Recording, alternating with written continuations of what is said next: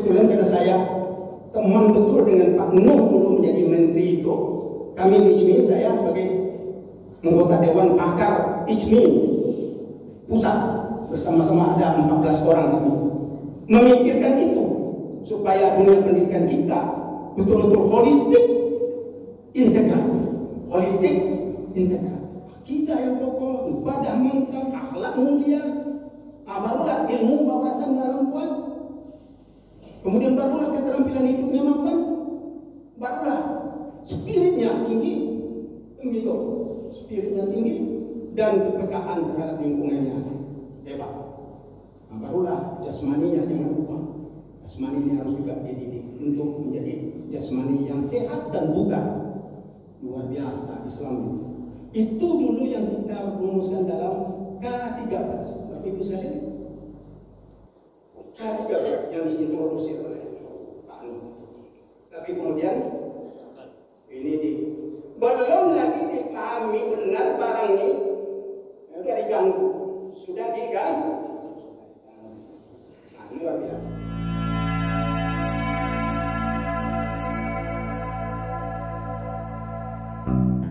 Sering saya sampaikan, filsafat yang paling tinggi itu hanya satu, yaitu filsafat yang namanya inna lillahi wa inna ilaihi raji'un.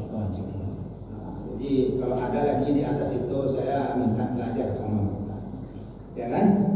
Karena kalau sudah kita amalkan inna lillahi wa inna ilaihi raji'un, itu luar biasa. Kita tidak pernah lepas ini dari genggaman Allah kan? Mulai dari kita diciptakan Allah sendiri sampai berproses-proses. Sekarang hidup kita ini tidak pernah satu detik, jangan satu detik, satu sekon pun Allah tidak pernah melepaskan kita. Karena Allah ingin betul-betul rojiunnya hanya kepada Dia juga. Dari Dia berproses untuk mencapai Dia dan akhirnya kita kepada Dia juga, kan gitu.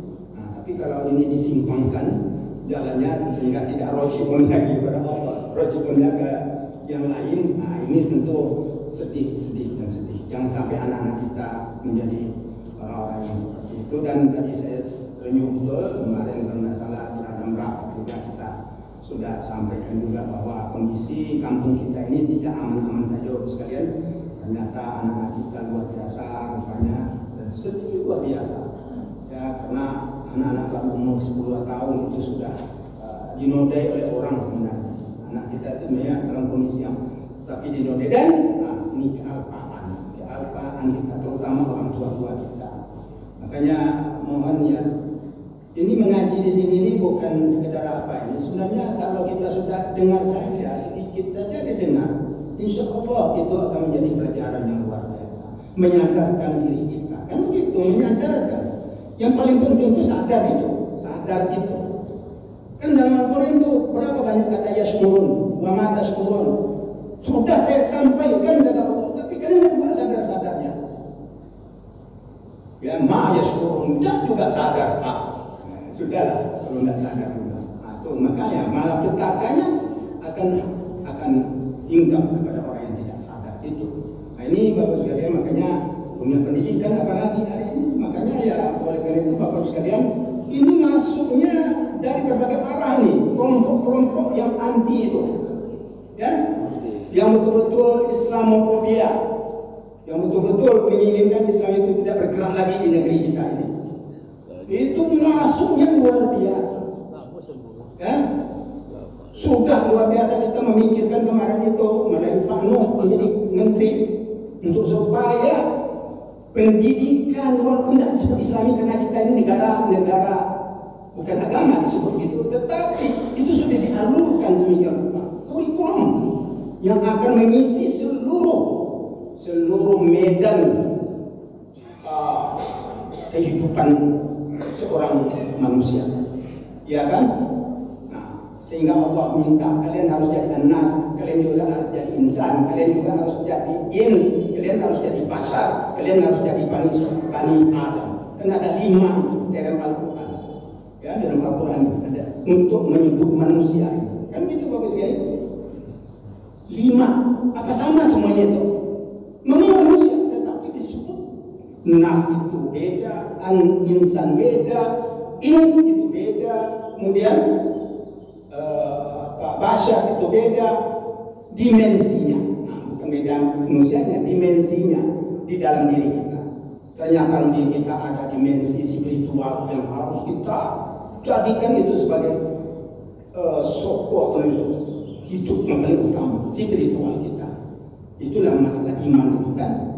Iman akidah kita yang kokoh dan dimantapkan dengan ibadah kita yang luar biasa.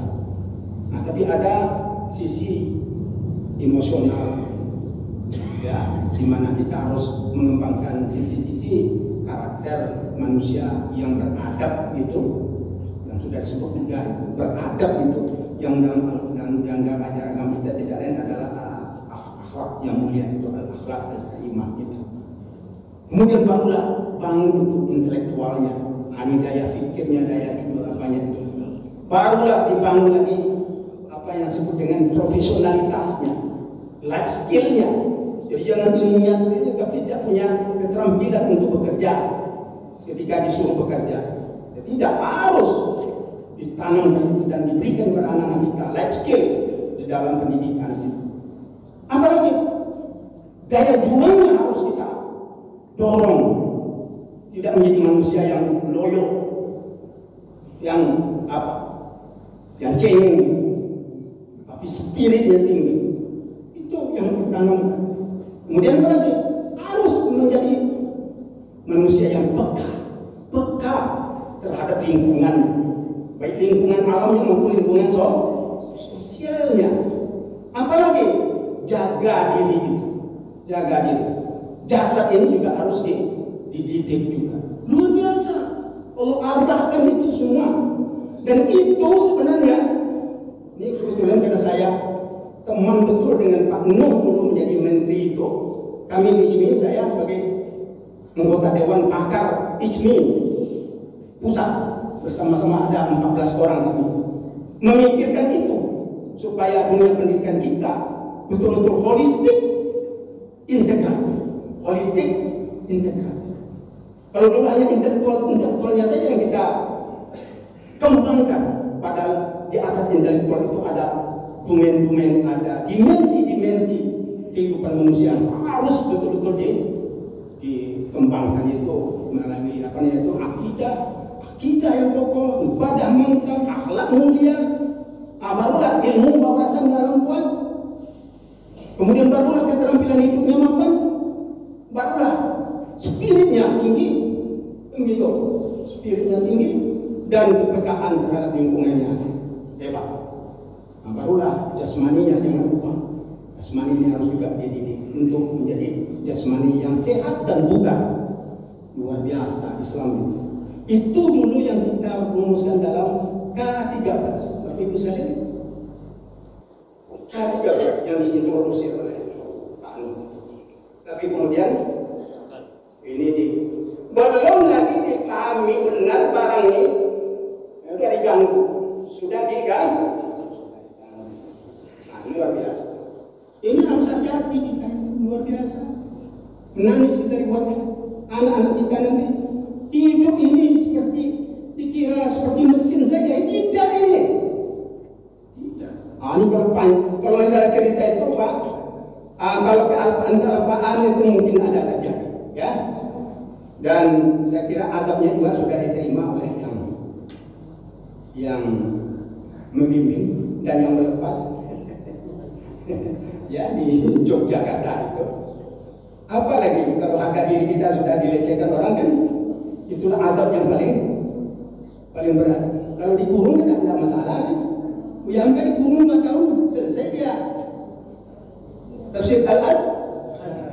Tapi kalau irdun, harga diri yang sudah tidak lagi dihargai orang, nah ini lain ceritanya Bapak saya. Ya, tidak ada gunanya lagi, tidak dihargai orang. Dan kawan saya itu sekarang memang orang seperti itu yang di jabatan-jabatan yang hebat luar biasa itu. Terima saja lah, terimalah itu. Tapi Anda sudah terkucil sendiri dari dunianya. Nah, itu yang diterima, ya. Jadi untuk saya jangan nanti rupanya. Jadi sanksi yang paling berat itu justru sanksi eliminir dari kehidupan yang normal, Walaupun jadi pejabat, tapi orang tak menghargai lagi ya, untuk apa gunanya? Yang pasal kami itu pasti itulah. Karena intinya kalau kita masih dihargai orang, insya Allah hidup kita ini berharga kan? Berharga. Tidak saya sebut lagi jawabannya, tapi paling tinggi. Ya bagaimana lah dunia kita ini begini, jadinya ya Allah. Tapi ya mudah-mudahan kita tidak putus asa, kita terus menerus kembangkan ini. Mudah-mudahan anak-anak kita ini kita cari cara lah nanti bagaimana ini remaja-remaja kita ini kita hidupkan betul lagi. Rasanya dulu sudah kita hidupkan ya. Nah, tapi sekarang kok kita biarkan ya, mudah-mudahan ini bisa lagi dicarikan modus yang lebih bagus lagi. Saya kira itu Bapak sekalian, agak panjang jadinya karena ya, bukan bertanya tapi ada komentar, tapi harus kita jawab juga sedikit lah. Terima kasih, mudah-mudahan ada manfaatnya. Wabillahi taufiq wal hidayah. Assalamualaikum warahmatullahi wabarakatuh.